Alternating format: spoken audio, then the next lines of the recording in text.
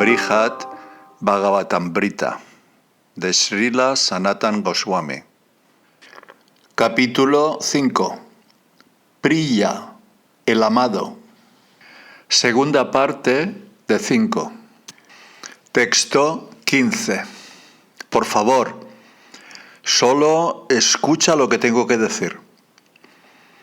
Anteriormente, Krishna concedió el don de la liberación solo a unos pocos cualificados, y esta ha sido siempre la regla. Comentario. En los textos 15 a 24, Narada sigue la pista a la causa de la superior posición devocional de los Pándavas, la influencia especial de su adorable Señor, Sri Krishna. La Suprema Personalidad de Dios raramente concedió la liberación en su multitud de encarnaciones. La mayoría de los demonios muertos por los avataras de Krishna tuvieron que volver a nacer para purificarse aún más. Textos 16 y 17. Kala Nemi, Hiranyaksha, Hiranyakashipu, Ravana, Kumbhakarna y otros fueron ejecutados por el Señor Supremo, pero ninguno de ellos recibió la liberación. Y el servicio devocional puro no le fue dado a nadie más que a Prahlad, quien lo recibió de la encarnación Sri Nrisimha. Comentario. Kalanemi fue muerto por el Señor de Vaikunta durante una batalla entre los semidioses y los demonios. Hiranyaksha fue muerto por el señor Varaha, Hiranyakashipu por el señor Nrisimha y los dos hermanos Ravana y Kumbhakarna por el señor Ramachandra.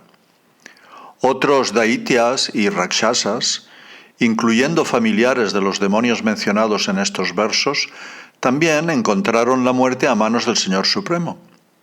Sin embargo, sabemos que al ser muertos por el Señor, ninguno de ellos alcanzó la liberación, ya que la historia recuerda que todos ellos volvieron a nacer. Únicamente en los pasatiempos de Sri Krishna, muchos demonios obtuvieron la liberación. Los avataras del Señor Vishnu rara vez conceden la liberación, pero aún más rara vez otorgan servicio devocional puro. Así lo confirma Srila Rupa Goswami en su Lagu Bhagavatamrita. Los Puranas describen un solo caso en el que se concedió el servicio devocional puro, cuando el señor Nrisimha bendijo a Prahlad. Y esa devoción, al menos según el propio testimonio de Prahlad, estaba mezclada con la tendencia a cultivar el conocimiento. Textos 18 y 19. Más adelante, la encarnación del señor Raghunath otorgó devoción pura a unos pocos: Guha, Hanuman, Jambavan, Vibhishana, Dasharat y el bendito Sugriva. Pero en relación con esos devotos, nunca oímos hablar de Prema, la etapa suprema de la devoción pura. Comentario. Algunos de los partícipes en los lilas del señor Ramachandra no eran entidades vivientes limitadas. Los tres hermanos del señor Rama eran encarnaciones de los señores de Vaikunta, Sankarshan, Pradyumna y Aniruddha. La esposa del señor, Sita Devi, era directamente la diosa Lakshmi. Estas personas infalibles no necesitan elevarse al nivel del amor de Dios porque están situadas en ese nivel eternamente. Pero algunos de los sirvientes del señor Ramachandra, que son jivas, sus janas, es decir, sus dependientes personales, cosecharon de su relación el beneficio del bhakti puro. El amor a Dios es puro cuando está libre de los motivos materiales del karma y el jnana. El señor Devakinandan, en su advenimiento como el señor de los ragus, concedió tal bhakti solo a unos pocos de sus devotos. Guha, el rey de los Nishadas, se hizo amigo del señor Ramachandra.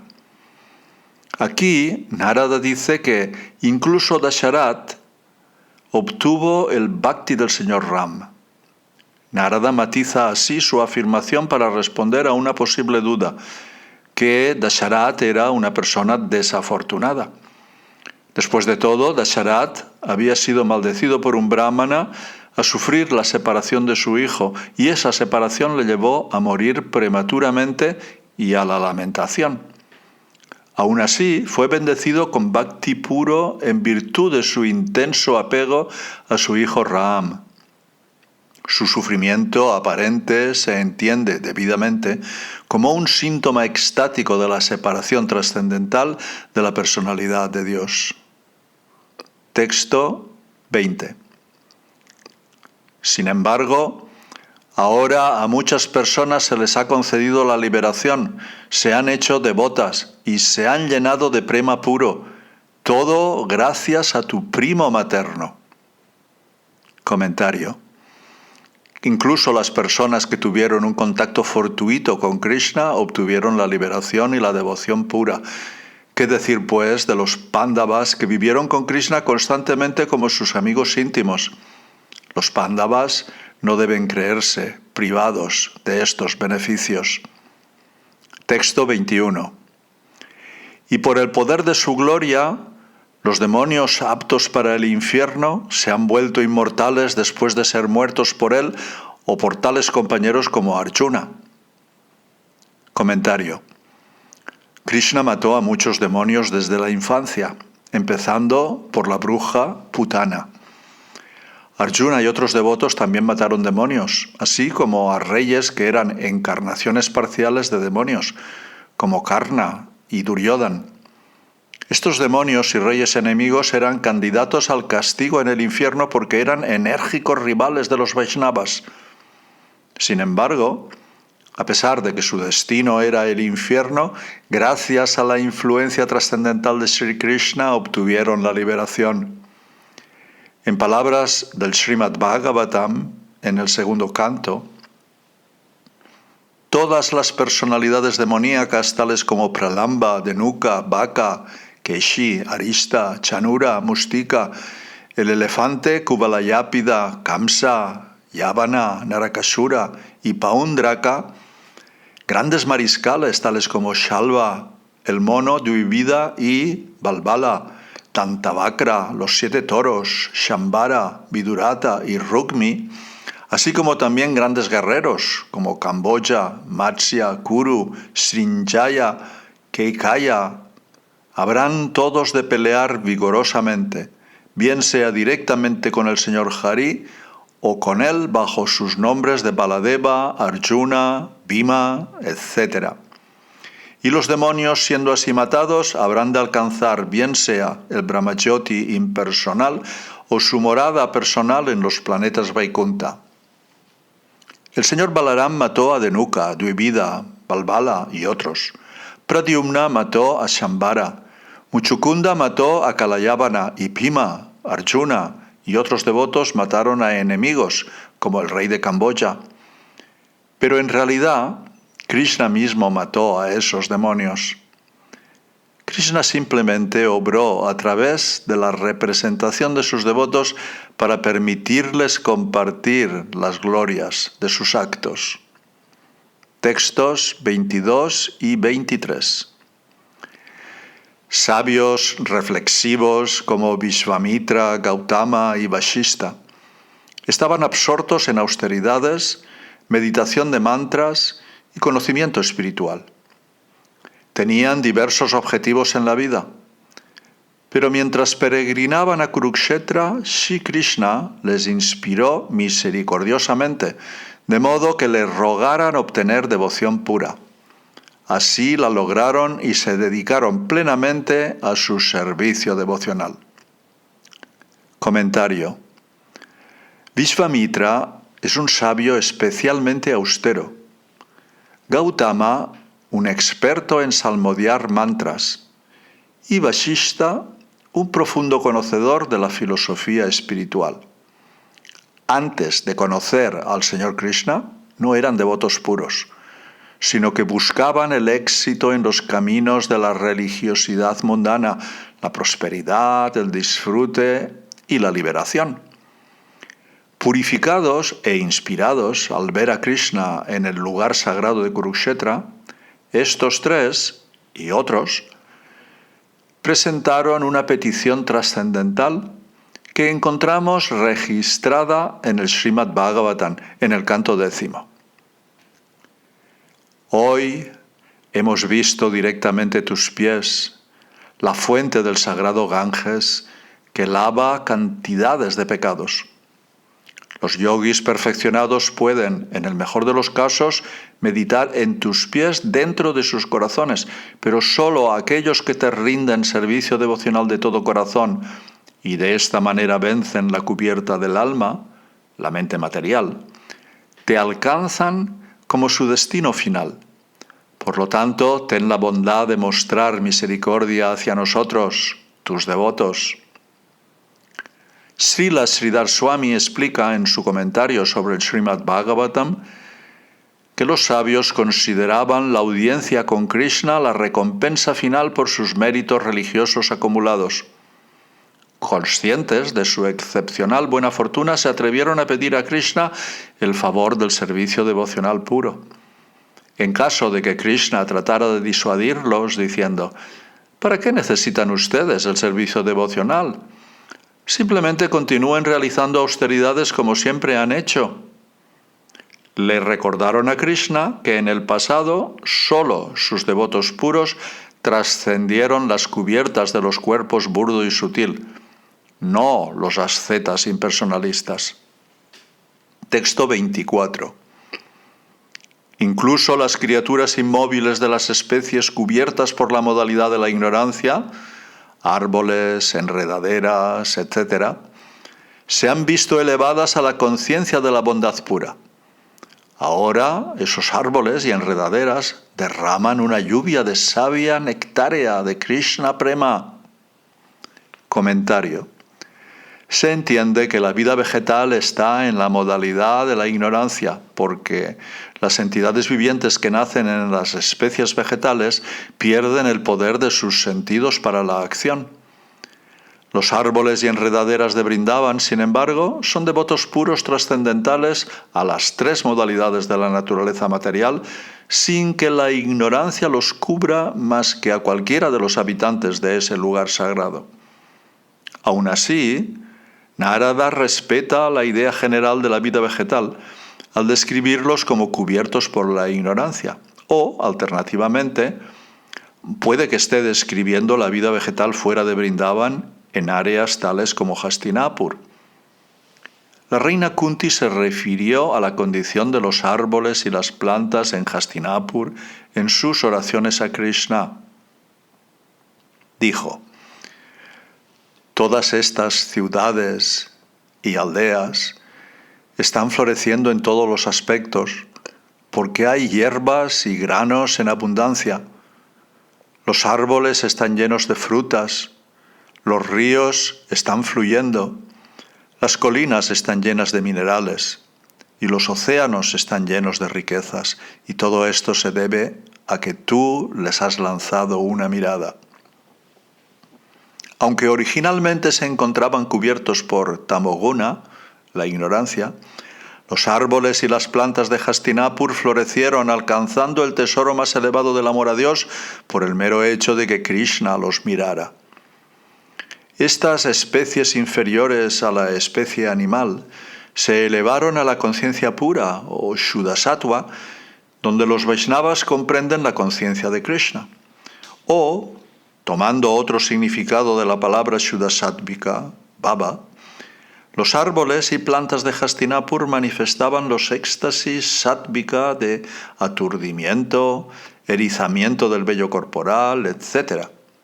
Hacían llover constantemente amor por Krishna en lágrimas de amor disfrazadas de dulce savia.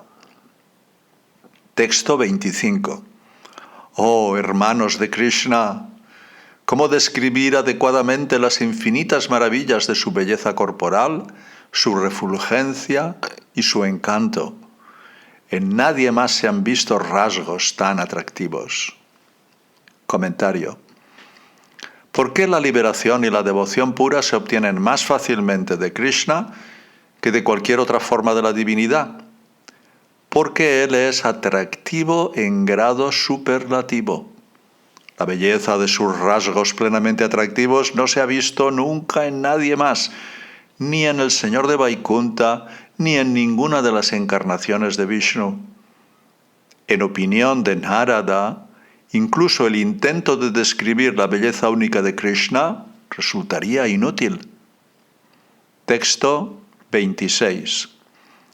Esas atractivas características sin precedentes de Krishna dejan a cualquiera impactado de asombro.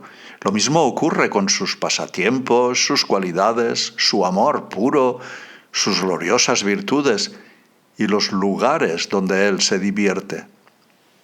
Comentario. Todo en Krishna es atractivo, no solo su belleza física.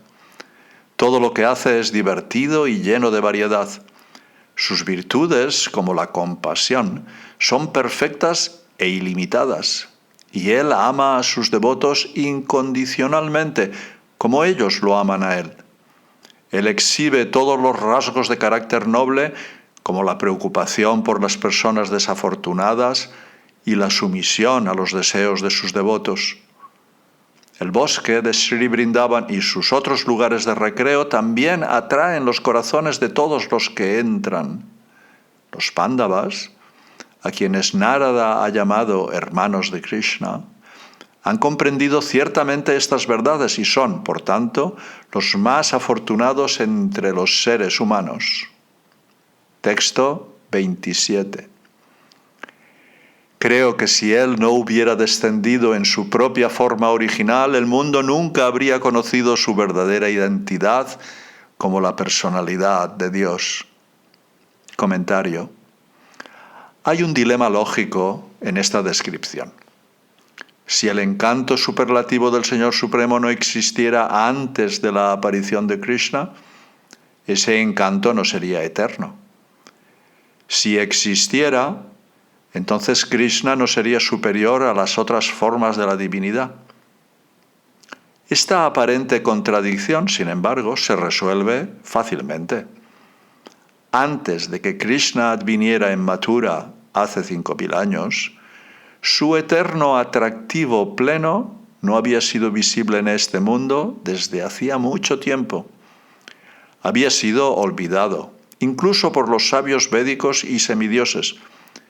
Así pues, sin el advenimiento de Krishna en persona, nadie habría tenido idea del alcance de sus glorias perpetuas. Texto 28. Ahora se ha mostrado su identidad como Dios, pues ha aparecido en todo su esplendor, adornado con sus glorias únicas y las diversas maravillas de su encantadora dulzura. Comentario. Mientras Krishna estaba en la tierra, todos pudieron ver su suprema grandeza y encanto. Krishna es la fuente eterna de todas las encarnaciones, pero debido a que sus plenas glorias, raramente vistas, se manifestaron en la tierra durante 125 años, Krishna también se considera una encarnación especial. De una manera que trasciende la lógica ordinaria, las exuberancias de la opulencia divina y el sencillo encanto son simultáneamente visibles en Sri Krishna. Texto 29. Estamos hablando de la bondad de Krishna, pero incluso los castigos que él impone son dignos de alabanza. De eso hubo muchos testigos, incluidos Kamsa, Kaliya y Putana, y en un pasado más lejano, Bali y otros. Comentario. Cuando Kamsa gobernaba Mathura, le atormentaba constantemente el temor de ser matado por Krishna.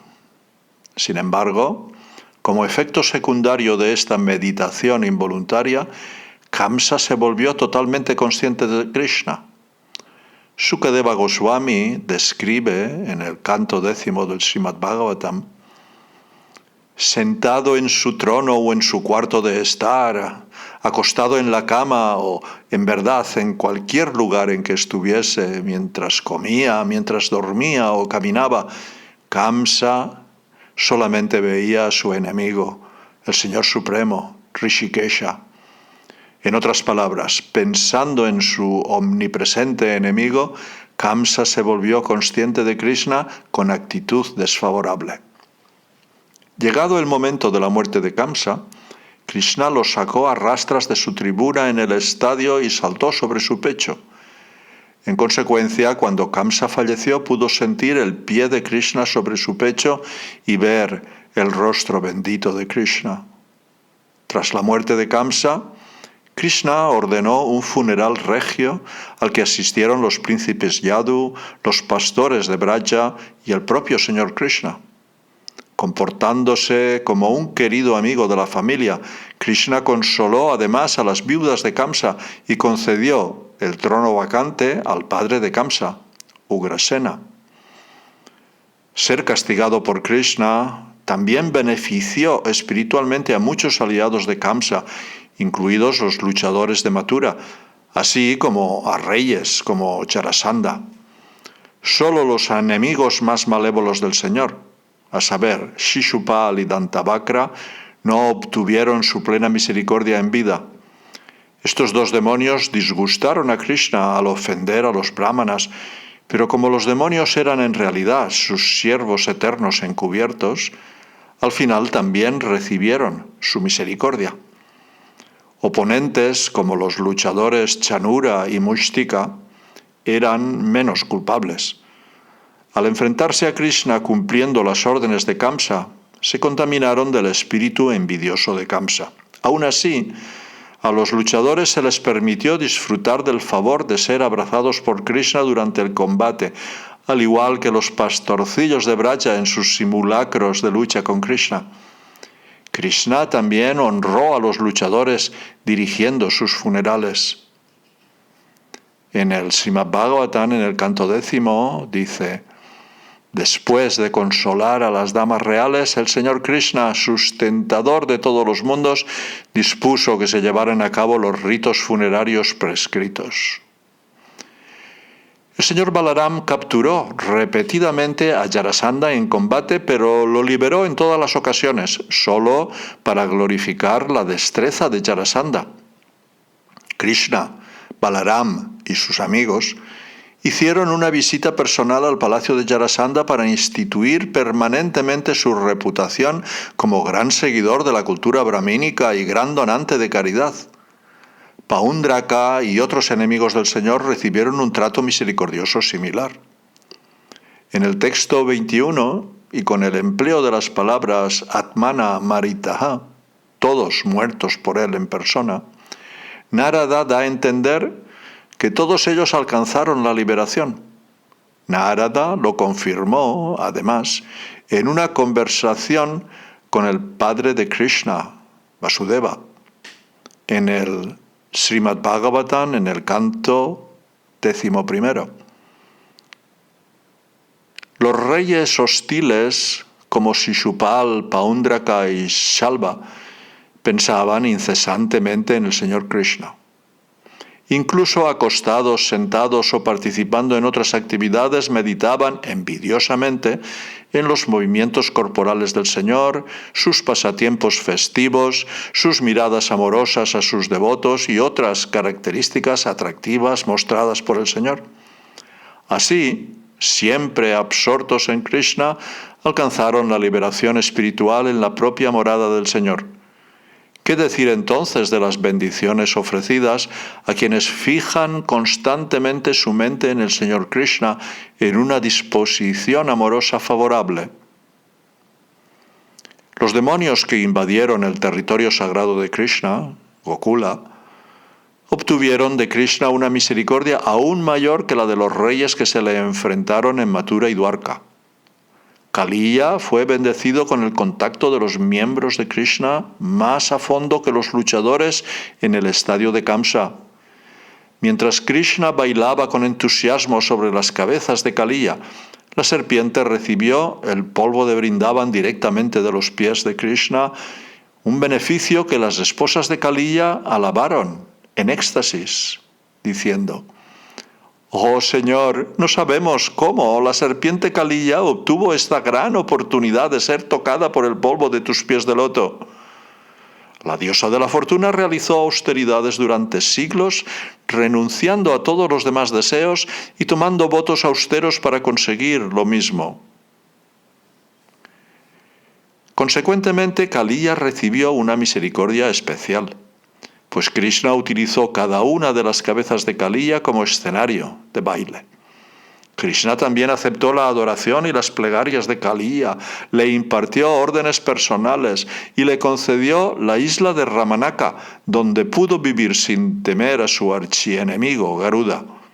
De hecho, al dejar la marca del disco Sudarshan en las cabezas de Kaliya, Krishna dispuso que Kaliya se ganara la amistad y el respeto de Garuda. Krishna permitió a Putana entrar respetablemente en Gokula, emergiendo entre los pastores vestida como una dama de la más alta clase. Al comienzo de la descripción que hace Shukadeva Goswami del encuentro de Putana con Krishna en el Srimad Bhagavatam 10º canto, se nos dice: «Mi querido rey, allí donde los hombres, cualquiera que sea su posición, realizan sus deberes prescritos de servicio devocional mediante los procesos de cantar y escuchar, los agentes del mal no pueden causar ningún peligro. Por lo tanto, mientras la Suprema Personalidad de Dios estuviese presente, en Gokula no había nada que temer». En otras palabras, la bruja Putana no representaba ninguna amenaza para los habitantes de Gokula. Krishna le permitió entrar simplemente para otorgarle su misericordia. Krishna colocó sus pies de loto, el objeto de la meditación del señor Brahma, en el regazo de Putana y le permitió que lo acariciara. Ante esto, Yashoda y Rohini no salían de su asombro, como se declara en el canto 10º del Bhagavatam. La Rakshasi Putana tenía un corazón cruel y despiadado, pero parecía una madre muy cariñosa. Así, era como una espada afilada dentro de una funda suave. Aunque vieron que entraba en la habitación, Yashoda y Rohini, cautivadas por su belleza, no la detuvieron, sino que, viendo que trataba al bebé como una madre, guardaron silencio. Gracias a que tuvo la oportunidad de tratar a Krishna como a su hijo, Putana se convirtió en su madre eternamente, como afirman varias autoridades del Srimad Bhagavatam. Según Shukadeva Goswami, Putana estaba siempre obsesionada con el deseo de beber sangre de niños humanos, y con ese deseo trató de matar a Krishna. Sin embargo, por haber ofrecido su pecho al Señor, alcanzó el bien más elevado. Como dijo el señor Brahma al señor Krishna: «Tú ya habías dispuesto entregarte a ti mismo a Putana y a los miembros de su familia a cambio de que ella se disfrace de devota». Y en palabras de Sri Uddhava: «Ay de mí, ¿cómo voy a refugiarme en alguien más misericordioso que aquel que otorgó la posición de madre a una bruja, a Putana, a pesar de que era infiel y preparó un veneno mortal para que fuera chupado de su pecho?» Incluso el cuerpo muerto de Putana, devuelto a la horrible forma de la bruja, fue santificado como patio de recreo de Krishna. Sin ningún miedo, el niño Krishna jugaba en la parte superior del pecho de la Rakshasi Putana. Al ver las maravillosas actividades del niño, las gopis, llenas de alegría, se adelantaron a recogerlo. Y cuando su cadáver fue quemado, desprendió una fragancia como el precioso aguru, que se esparció por todas partes. Debido a que Krishna había mamado de su pecho, La Rakshasi Putana, al ser matada por Krishna, se liberó inmediatamente de toda contaminación material. Las reacciones de sus pecados se desvanecieron en un segundo, de modo que su gigantesco cuerpo, al ser quemado, desprendía un humo tan fragrante como el incienso de Aguru. Otras personas que fueron a Gokula también obtuvieron la misericordia especial de Krishna. Los hijos de Kubera, atrapados en los cuerpos de los árboles Arjuna, se vieron en medio de los maravillosos pasatiempos de Damodar. Krishna liberó a estos dos hijos de la maldición de Narada, escuchó sus plegarias y les concedió Prema Bhakti.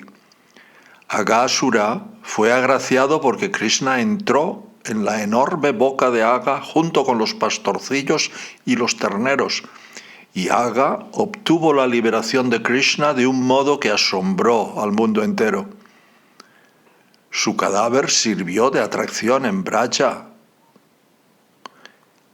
Oh rey Parikshit, el cuerpo de Aghasura, que tenía forma de serpiente pitón, quedó reducido, una vez seco, a una enorme piel y pasó a ser un lugar maravilloso que los habitantes de Vrindavan visitaban durante muchísimo tiempo. A veces Krishna también castigaba a sus amorosos devotos en Braja, como cuando abandonó a las gopis durante la danza rasa.